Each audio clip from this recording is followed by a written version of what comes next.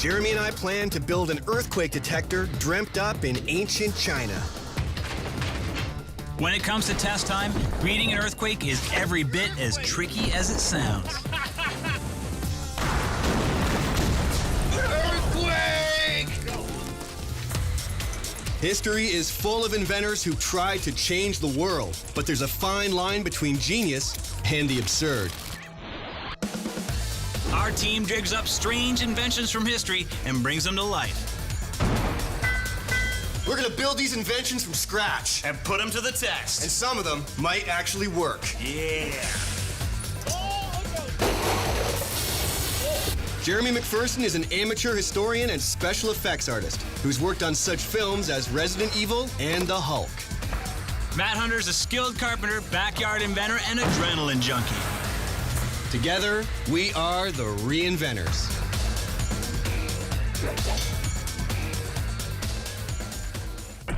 Jeremy and I are going to recreate a unique earthquake detector designed almost 1900 years ago. But first, we're testing out another idea that goes back to ancient times. Some scholars believe that animals can sense distant earthquakes through subtle vibrations in the ground. All right, well, unusual animal activity has been recorded in premonition of earthquakes as far back as 373 BC. So we've got a little experiment set up to see if that's true. Matsky, what's the deal? The charge is in the ground, so stand by. Let her rip. Here we go. Fake earthquake coming up.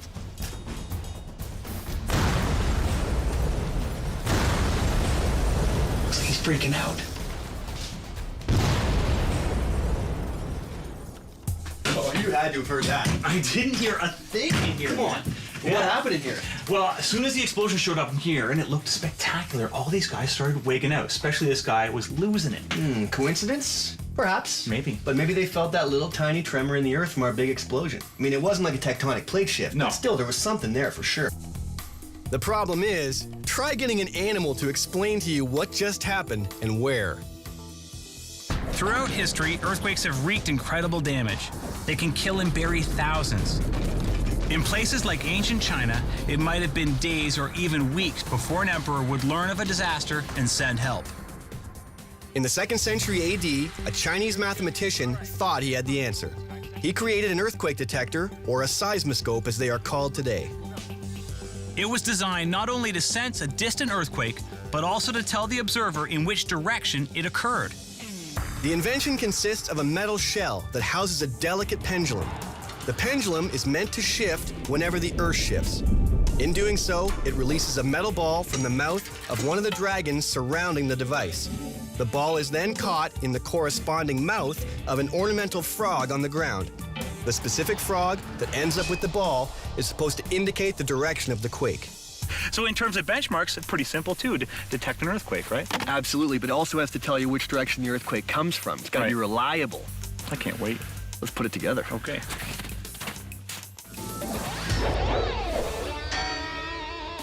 Next step, we head to Jason's shop to start work on the earthquake detector's outer structure.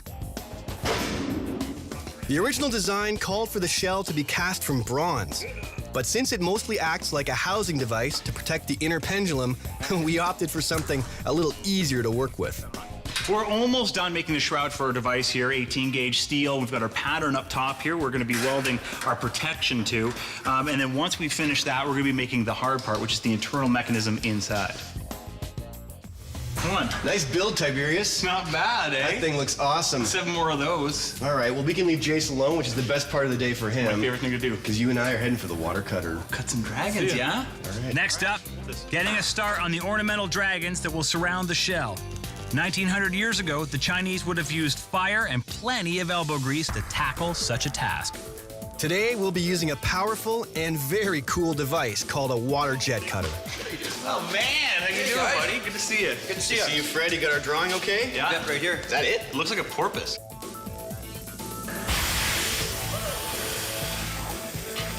I like how it's not just shooting straight down. It actually changes its pitch, I guess, to get the best cut. It's like a can, huh? Yeah. The water jet can reach speeds of Mach 3 and cut through half-inch thick titanium. That's nice, man. Very nice. And that was pretty quick. All right, look at that. Beauties. Perfect. So it's going to take two of these dragon shapes sandwiched together with a little spout in the middle, right? Then the ball bearing can run down that and drop Yeah. in the frog's mouth. Nice. Perfect. So 15 more of those if you could. You bet, guys. All right. See you in a bit. Later. Take care. With our outer structure underway, it's time to tackle the brains of our earthquake detector, the inner pendulum. We hook up with Don and Lloyd at the U of S Geology Department. It turns out pendulums can be hanging or inverted and balanced on one end. The question is, which one will work for us? For a small earthquake, a hanging pendulum won't work very well. Right. It doesn't move very much. Okay. But if it's balanced on its end, then if the ground shifts and knocks it off balance, Right. it will fall over, Okay. and it's an easy thing to detect then. So the only fight there, of course, is making this very sensitive so it responds to the earthquake. But we have to be able to stand it up and balance it, right? Right. So we've got to find the perfect size tip of this thing, the point, Right. so it'll actually stand up but still fall over. The precise instruments easily taper the metal rod down to 1/8 of an inch. Okay, well, you know what? It's time for an earthquake. Sure, we'll give it a little tap and see if it falls over. Although the plate moves, the pendulum isn't displaced enough to fall over. We need to find a way to make it more sensitive. What about, Don, if we took this to a fine point and drilled a hole in there? That would couple it directly Right. with the motion, might make it a lot easier to stand up. I think you're right. That's a great idea. That's not a bad idea at all. Okay, so we'll take it back to the lathe and we'll fix our taper and then we'll also pop a hole in our plate, right? All right, perfect. Got it. Good. With our modifications finished, it's time for another test. So let's try a slower push on this and see if it falls in the right direction. Okay, fair enough. Here we go. Ready? Yeah! Right at you. That was awesome. That taper has made all the difference, man. Piece by piece, our earthquake detector is coming together, but we still need something for it to detect. Creating a homemade earthquake may be our biggest challenge yet. Matt and I have recreated an earthquake detector designed in ancient China. Historical records suggest it was actually built at one point, but we have no idea whether it worked. It's time to test it and find out. Jero, Yeah, man. everything's coming together here, man. Yeah, I know it looks good. Outside's done. This plate's now in place. And of course, we have our north, south, east, west, the rest of the quadrants all lined up here. Yeah. So wherever that earthquake comes from, this little perfectly balanced inverted pendulum. Blammo. A couple more dragons to add. But a big challenge still lies ahead. To test our earthquake detector, we really do need some kind of earthquake. Earthquakes release a variety of seismic waves, varying from high frequency to low frequency. The higher frequency waves are absorbed by the Earth before they travel very far. The lower frequency waves, a sort of broad rolling motion, travel further and would be the ones that would affect the Emperor's detector. The challenge we face is this. Can we somehow simulate an earthquake of our own? One that creates enough low frequency to set off the Emperor's detector. To find out, we meet up with Don and Lloyd again, our resident experts in earthquake detection. We'll be monitoring our experiment with a modern geophone buried in the ground at our test site. The geophone will send readings to our on-site seismograph. Hey, Lloyd, is the geophone all set up in there or what? In the ground and planted. Okay, great. All right, so let's take that 5,000-pound concrete block 50 feet up, drop it, and see if we get some readings off this thing. It's gonna be awesome. We'll read it. Okay. Whenever you're ready, spell it.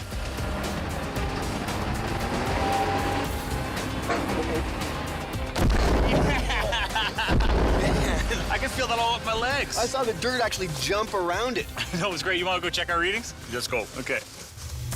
All right, so what'd you end up seeing in here? Well, we got a good record. Here's the track that the pen made, and these marks here and here are 1 minute apart, so that's 1 minute record. And when the weight hit the ground, it caused the pen to swing from here to there. Right. And then there was a couple of bounces, and it all happened in a couple of seconds. So it was a very fast, you'd call that almost like a high frequency. Yes, that's Okay. right. Well, we felt that. It was like a hammer blew out there. Right. I mean, the earth actually jumped. So it's almost like punching the guy in the face. We want to get that low frequency of like grabbing the guy and really just shaking him. Right. The Emperor was definitely trying to detect if there was an earthquake really, really far away. And that's when you get your low shakes in the earth, so you get your slower movements. Whereas a high frequency would be something nearby. You'd be able to see the building shaking right next to you. So this device, if it works, will be able to detect an earthquake very, very far away, a low frequency. If we want to test our invention to the fullest, we really need to find some way to create a seismic wave that has a lower frequency. Maybe some explosives will do the trick. All right, so our charge is set way in the ground and ready to go. Well, hopefully this one gives us a softer impact and lower frequency overall. Right on. Okay. All right. 3, 2, 1.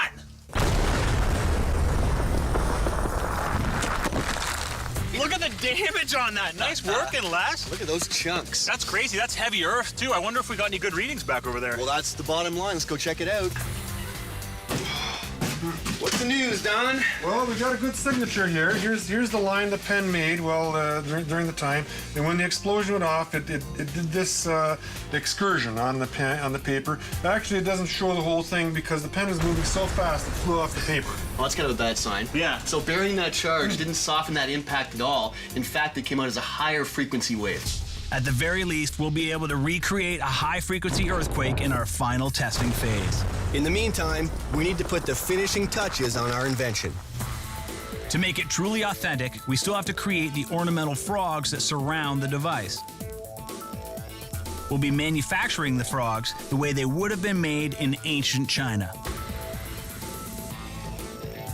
Well, right now we're about to cast our little frog, which is part of our detecting device on the exterior. So we've made a mold of this little guy here, and the shape of it is called an open mold because obviously it's an open area. So we just have to pour right up to the surface here. It's insulated with sand, which also gives a little bit of structure to our mold because it's very fragile. Because in the end, basically we're just going to break it all away and hopefully be left with this shape. Lead melts at about 620 degrees Fahrenheit or 327 degrees Celsius. We're definitely above that temperature now.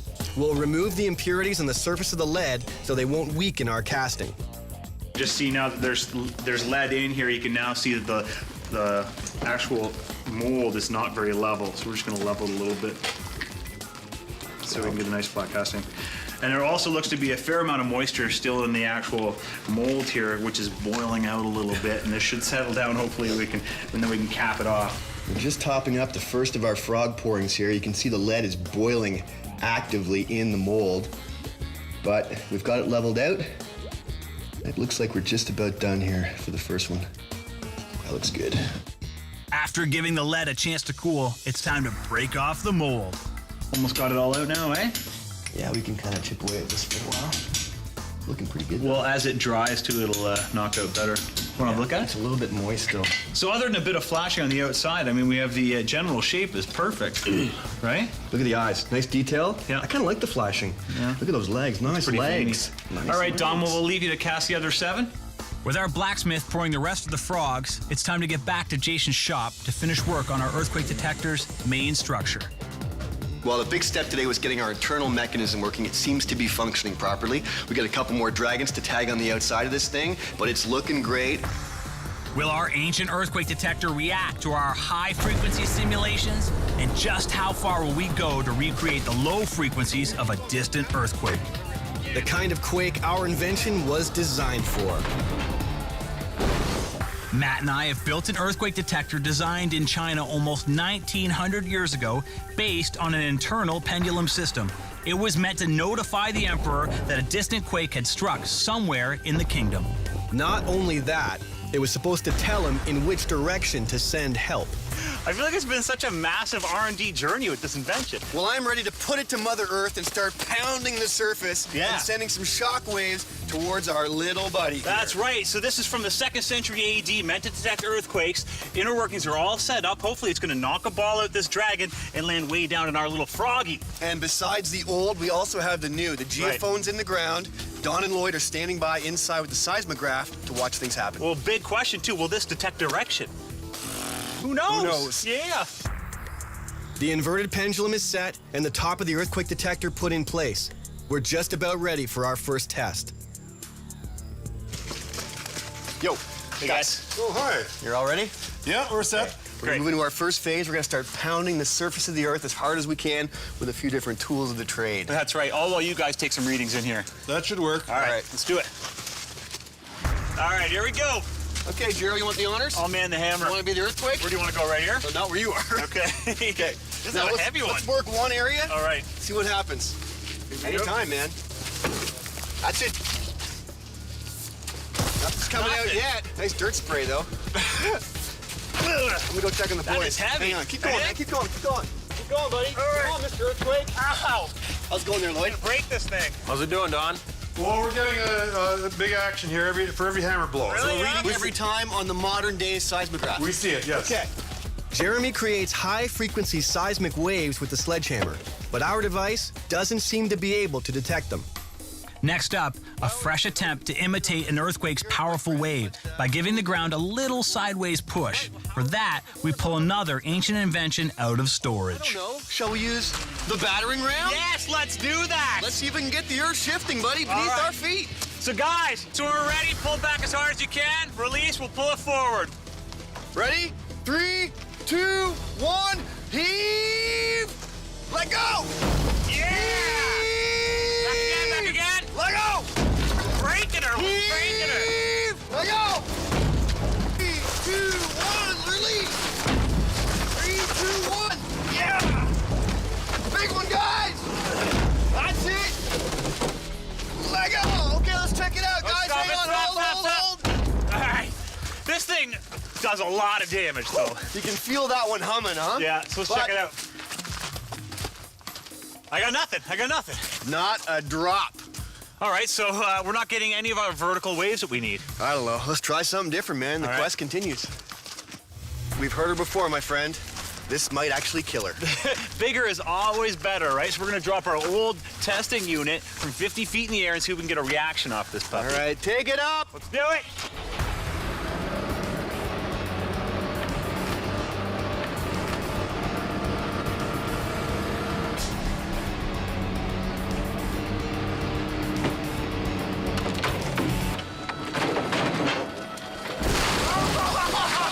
Poor old thing. Anything? Anything? Nothing. Nothing? Frustrated What? again. Oh, I mean, there's no question we had a huge impact here. I Yeah. mean, that was a massive crash. But it's still that high frequency pulse, right? Exactly. We got to sort this out, man. Yeah. Our mobile testing unit weighed a few thousand pounds, but it was mostly hollow and collapsed on impact, perhaps lessening the effects of a direct blow. What we need is something a little heavier and denser. Like this 5,000-pound block. All right, well, maybe our concrete block will do something here. Well, let's hope so. Give it a shot. All right. Let her you go. ready? The big one. It did. Yeah! Where'd it come out? Unbelievable. Which side?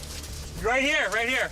Okay, so it's the opposite direction. So we're getting the reaction we want, but we're trying to figure out where that earthquake is coming from. That's still eluding us. The ball dropped, but the device is not exactly accurate in showing direction. We're gonna give it another try. Whoa! That's it? Nothing. you know? Nothing on that one. I'd say we just got lucky the first time. We crushed that 5,000-pound block. Okay, but still a really high frequency impact. Right. So far, we've only been able to mimic single high-frequency seismic waves with only partial success. But earthquakes give off long-distance, low-frequency waves as well. We're still getting that high frequency pulse kind of disappears sometimes. Well, definitely. Gets to the quake detector one time, doesn't make it the next time. Right, well, we're getting that super fast pulse, right, like that, whereas an actual earthquake looks something like a giant rolling wave, the shaking of the earth, right? Well, there's that low frequency wave we want to see, but Right. maybe we can somehow simulate that. I mean, what if we send pulses of high frequency energy out spaced apart? Right, I get it. So we're gonna do a timed high frequency pulse, boom, boom, boom, and a little bit of space, high frequency pulse, and then we'll confuse our earthquake detector into thinking it's an earthquake, right? Confuse Confucius. All right. Let's try that, guys. By using a power tamper that strikes the Earth 3 to 5 times a second, we should be able to create secondary low-frequency ground waves that are more sustained than any single high-frequency bang. Whether it'll work or not is another question. The rod's still standing in there, of course. Good. We're all set to go. And our power tamper is running back there, and we're at 20 meters away, right? Okay, well, let's see if I can send a series of high frequency bursts your way. What do you got, Chair? Anything? Hey, nothing, guys. Nothing. Yeah, let's keep coming.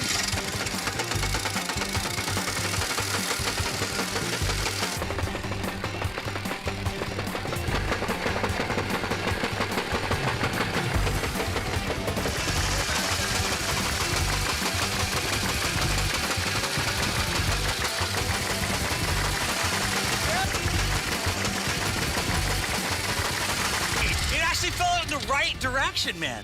Dead on. You know what? The experiment worked, man. We recreated an earthquake by sending these high-frequency pulses slowly and build them up towards the detector. We tricked our machine, man. Okay, so it worked once. We can't be too confident. We should try a different direction and see if it works again, right? Let's set her up again. All right, reset this thing. All right, so you ready for the reset there, bud? Yeah, I'm just laying this Sharpie mark up here. I can't believe you can actually get that thing to stand up, man. It takes a steady hand, Particular my friend. talent, yeah. Did you get that fast? Okay, get out of there. I'm coming out. Oh, yeah. Caught a dragon.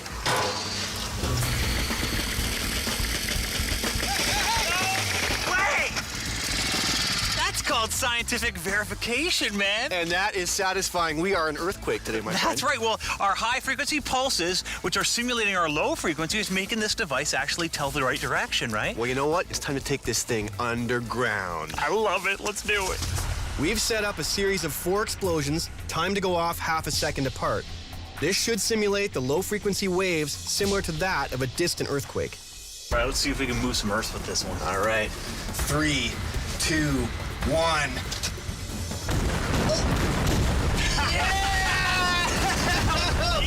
Earthquake! Nothing over here. That's a good sign. What do you got? What do you got? Hey! No way! Get this guy's amazing! The right direction, too. I can't believe this thing. I can't believe it. Without a real earthquake, which is apparently tough to call up on demand, we don't know for sure how this invention would handle long-distance, low-frequency seismic waves. But one thing is clear, it has done a pretty good job of detecting our small-scale simulations. In principle, it seems to work. Well, if we were able to recreate this low-frequency wave, right, that's what an earthquake from a distance makes. This thing detected it. But not only did we have to build the earthquake detector, we had to figure out how to build an earthquake, man. This has been a huge challenge. It's a 2 kudos in this point, right? Woo! With the benchmarks, right? Detect an earthquake and for what direction. Well, this thing has earned its keep. Patent approved, my friend. I'm with you, buddy.